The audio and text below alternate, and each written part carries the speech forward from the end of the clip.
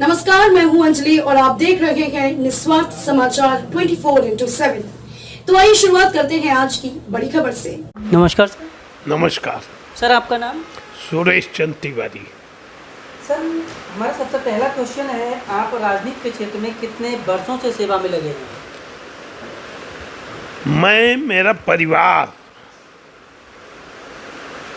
मेरे पिता भारतीय जनसंघ के कार्यकर्ता रहे, भारतीय जनसंघ के लखनऊ महानगर के अध्यक्ष रहे, फिर भारतीय जनता पार्टी के अध्यक्ष रहे।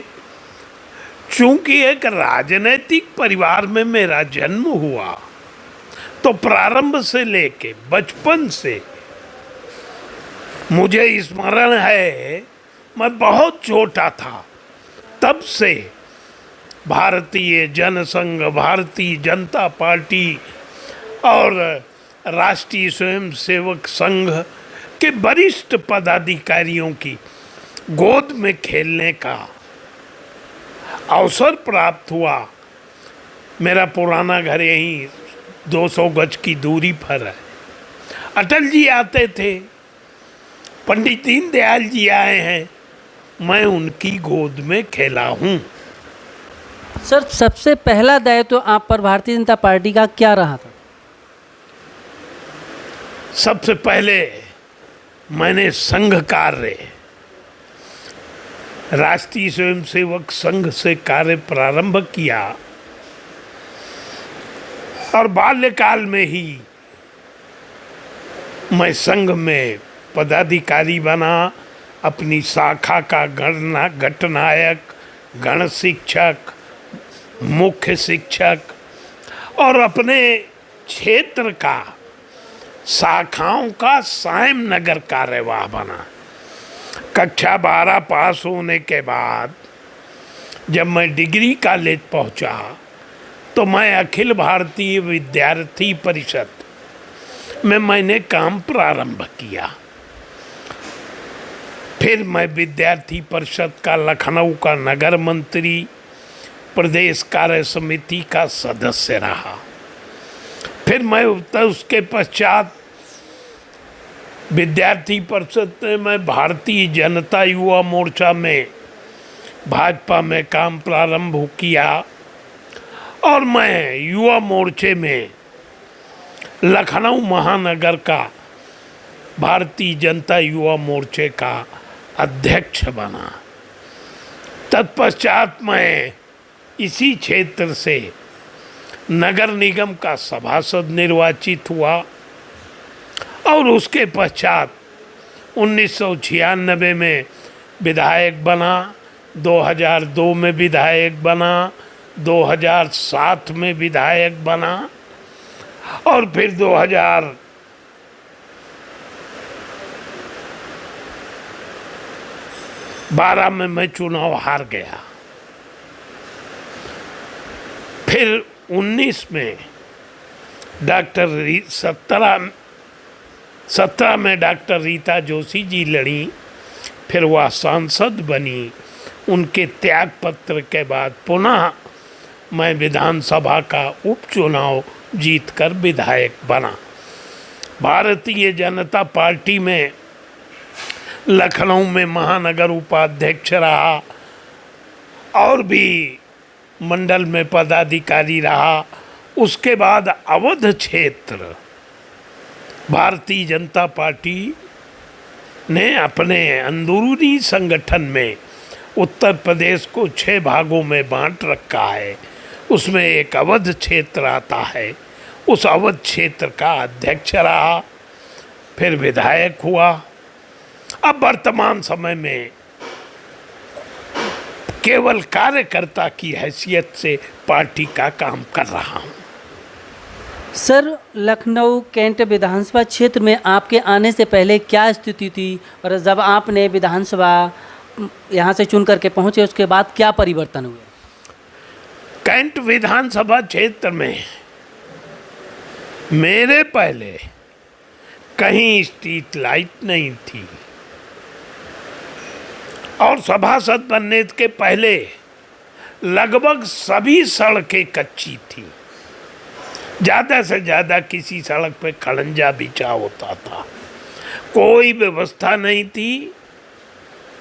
पूरी विधानसभा के अंदर मात्र यह एक ओल्ड वीआईपी रोड है, अवध चौराहे होते हुए और यह आनंद नगर होते हुए नए वीआईपी रोड में जुड़ती है।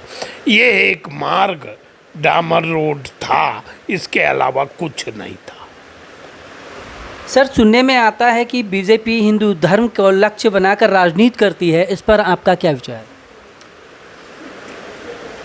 बीजेपी हिंदू धर्म की राजनीति नहीं करती। बीजेपी देश के लिए काम करती है और देश के हर निवासी के लिए काम करती है। बीजेपी भारतीय सभ्यता और संस्कृति, यह हमारी जो पुरानी विरासत है वह बनी रहे और उसके आज के परिवेश में सामंजस्य बिठाते हुए भारत कैसे शक्तिशाली बने, समृद्धशाली बने, भारत विश्व गुरु बने, यह परिकल्पना लेकर भारतीय जनता पार्टी कार्य करती है। सर, लखनऊ समूचे उत्तर प्रदेश में जगह जगह हिंदू मान्यताओं पर नाम परिवर्तित कर रखे जा रहे हैं, इस पर आपका क्या विचार है? क्या गुलामी के चिन्हों को जिन्होंने हमको लूटा, जिन्होंने हमको मारा, जिन्होंने हमारा जबरन धर्म परिवर्तन कराया, उन स्मृतियों को मिटाना और अपनी देश की संस्कृति और गौरव गाथा को पुनः स्थापित करना, यह काम भारतीय जनता पार्टी के कार्यकर्ता करते हैं। सर, वर्तमान में माननीय प्रधानमंत्री मोदी जी किस तरह से देश की सेवा में लगे हुए हैं? माननीय मोदी जी को ईश्वर का आशीर्वाद प्राप्त है।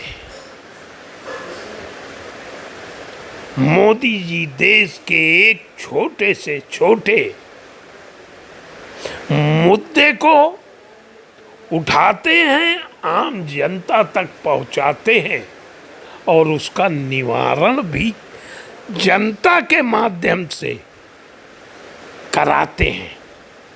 अभी उनके मन की बात का कार्यक्रम टीवी पर आ रहा था, वही मैं आपके आने के पहले सुन रहा था। अब कोई नहीं जानता था कि भारत में अब चीते नहीं हैं,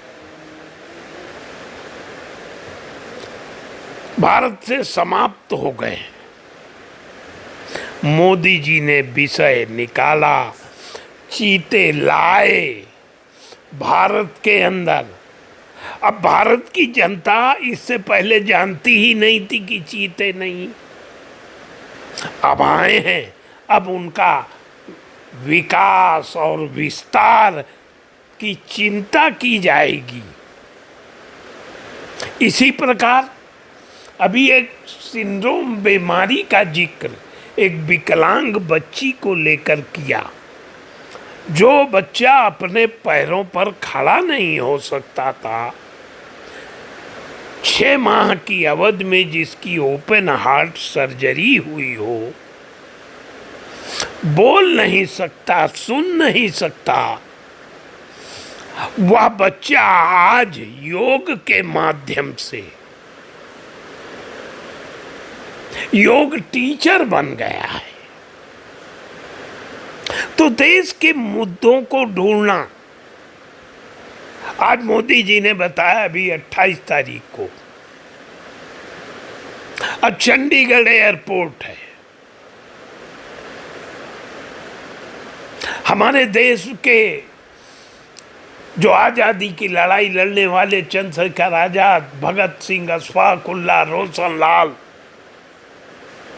ये इन सब के नाम धीरे धीरे इतिहास से समाप्त होने के, जो देश में कांग्रेस ने 70 साल राज किया, वह चीजें केवल अब मोदी जी अभी 28 तारीख को चंडीगढ़ एयरपोर्ट का नाम भगत सिंह एयरपोर्ट करने जा रहे हैं। दिल्ली में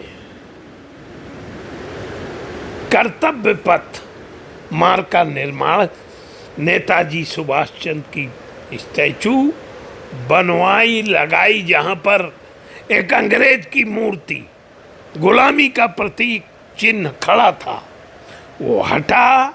अब वहां पर भारत के प्रमुख स्वतंत्रता सेनानी नेताजी सुभाष चंद्र बोस की मूर्ति लगी और वो पथ कर्तव्य पथ के मार्ग से, जो पथ राजपथ के नाम से, जिसको नाम को अंग्रेजों ने रखा था, वो राजपथ मिटाकर अब उस मार्ग का नाम कर्तव्य पथ रखा गया है।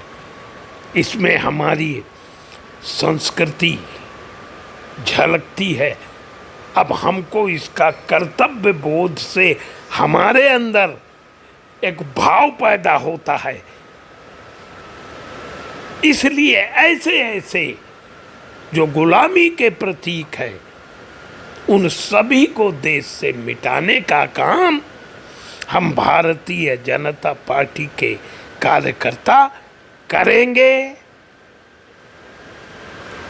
सर, वर्तमान में उत्तर प्रदेश और बोलते हैं केंद्र और स्टेट दोनों में भाजपा की सरकार है, और भाजपा सरकार होने के बाद भी लखनऊ सहित समूचे उत्तर प्रदेश में भाजपा कार्यकर्ताओं एवं भाजपा नेताओं पर पुलिसिया कार्रवाई की जाती है।